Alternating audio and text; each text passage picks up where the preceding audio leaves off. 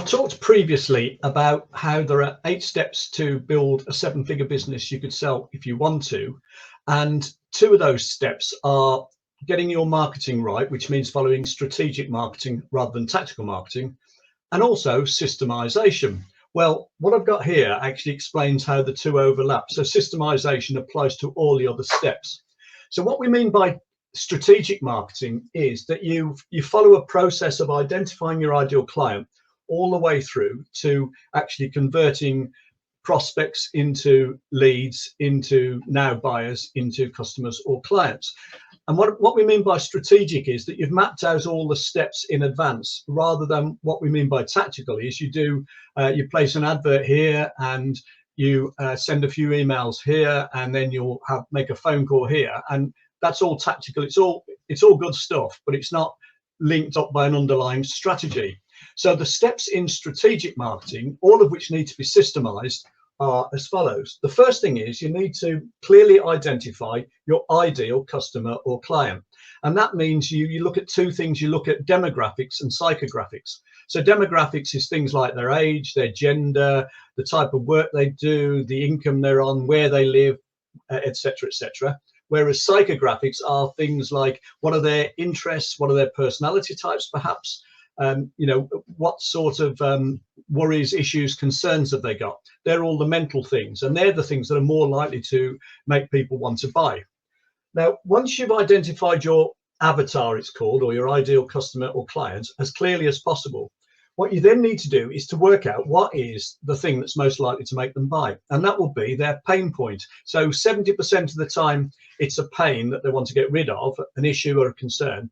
30%, it's a positive, something they're trying to benefit from. So generally, there's a problem or an issue that they've got on their minds that if you can solve for them, they'll buy.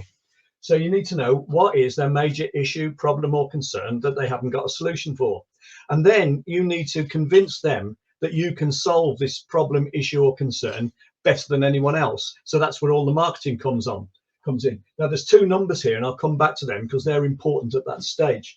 The next step then is that you need to have a process whereby these ideal suspects, if you like, at this stage, come in and follow what we call the buyer's journey. So they start over here as suspects, which means they have no reason to suppose they might wish to buy whatever it is you're selling, product or service.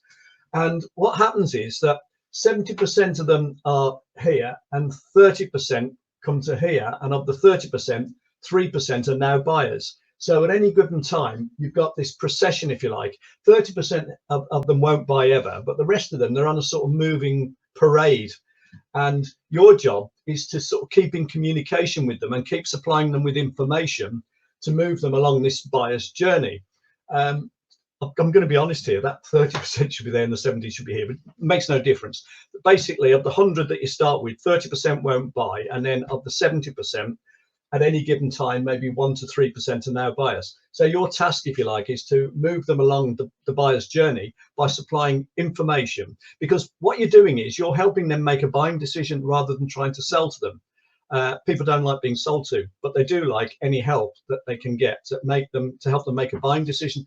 So it starts off over here with what Chet Holmes called market data, so generalized information, so ideas for how you might have a conservatory or ideas of different types of footwear, but ideas, basic general stuff.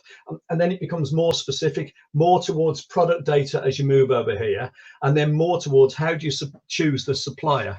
And hopefully, if you've kept in touch with them along the line here, you've narrowed them down to seeing that you're the supplier they'll choose because you've kept them in the loop, you've given them more information than anyone else.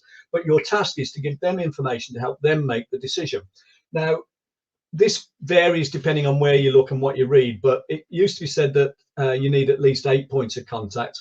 Then people say you need at least 11, and it could be a lot more than that. But the message is that you need several points of contact here where you're supplying information before you're in a position to try and sell to them. When they become now buyers, which is where they're in the 1 to 3%, you then need a funnel here, which converts now buyers, which are now leads, if you like, into buying from you, customers or clients for you. So you need something that will convert the prospects who are now here as leads into actual customers, and that's called a sales funnel. And again, you'll map out various stages. So going back, you need a process or system to identify and communicate with ideal prospects. You need a process or system where you market to them and you convince them that you can solve their problem, issue, or concern better than anyone else. And this is where the 10 comes in, because on every piece of marketing, there are 10 elements that you should always include to make it effective. So once you know who they are and once you're marketing to them, you need 10 elements. You then need a system here that supplies them with information, but keeps in touch with them along the way, several points of contact. So that all needs to be mapped out. And then when they become now buyers, you need a funnel here, a system here, which maps out the steps that you will actually take, you know, on day 1, on day 3, on day 7, whenever it is, what you will actually do to convert them from this point here to be customers or clients here.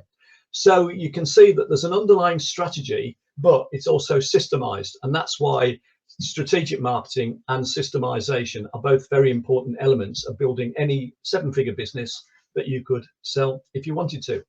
I hope you found that interesting and useful. If you wanted to communicate or to look at any more training videos, go to bernardkeavy.com or just message me or whatever, and we could have a chat. Okay, hope you found that useful. Thanks very much for watching today.